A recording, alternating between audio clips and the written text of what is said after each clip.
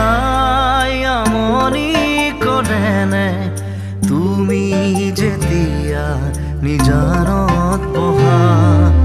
মোৰ ছবিয়ে তোলা দিয়েনে